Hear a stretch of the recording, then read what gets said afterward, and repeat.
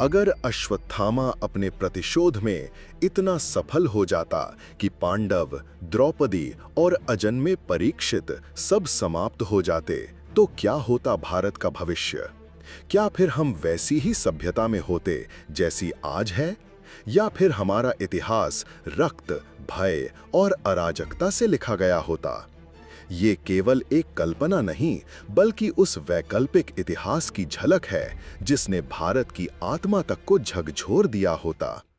आगे बढ़ने से पहले अगर ये वीडियो आपको पसंद आए तो लाइक करें और चैनल को सब्सक्राइब करें। कल्पना कीजिए, अगर महाभारत का अंत धर्म की जीत नहीं बल्कि अधर्म की क्रूर विजय के साथ होता। अगर अश्वत्थामा अपने प्रतिशोध में इतना सफल हो जाता कि पांडव, द्रौपदी और अजन्मे परीक्षित सब समाप्त हो जाते, तो क्या होता? पांचों पांडवों और परीक्षित की मृत्यु के बाद कुरु वंश की वैध उत्तराधिकार श्रृंखला समाप्त हो जाती। बिना उत्तराधिकारी के हस्तिनापुर की सत्ता एक खाली सिंहासन बन जाता, जिससे राज्य में नेतृत्व का संकट और अराजकता फैलती। युधिष्ठिर के धर्म राज्य का सपना चूर-चूर हो जाता।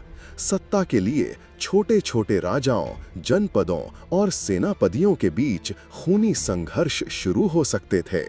संभव है हस्तिनापुर छोटे-छोटे टुकड़ों में बंट जाता।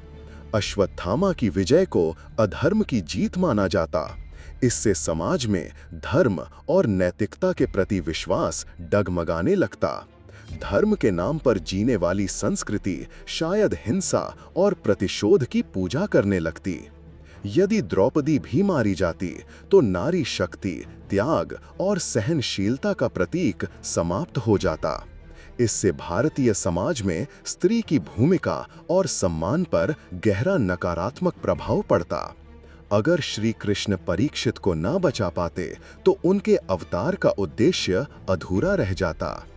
भागवत पुराण के अनुसार कल युग में भगवान कल्कि का अवतार परीक्षित के वंश में होना था।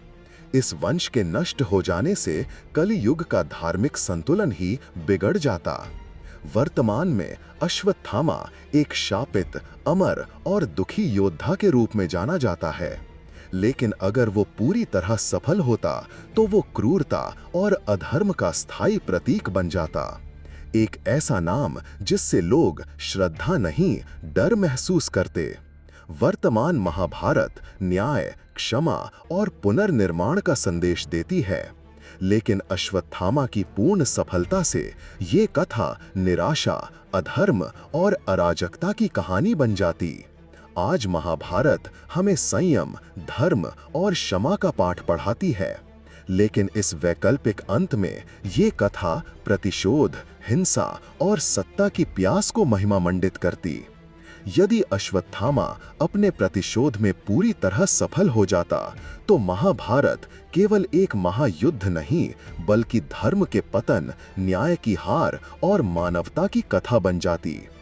भारत का सांस्कृतिक, धार्मिक और नैतिक ताना-बाना पूरी तरह बदल जाता, और शायद आज हम एक ऐसे भारत में होते जहां न्याय नहीं, बल ही नीति होती। ऐसे ही वीडियोस देखने के लिए चैनल को सब्सक्राइब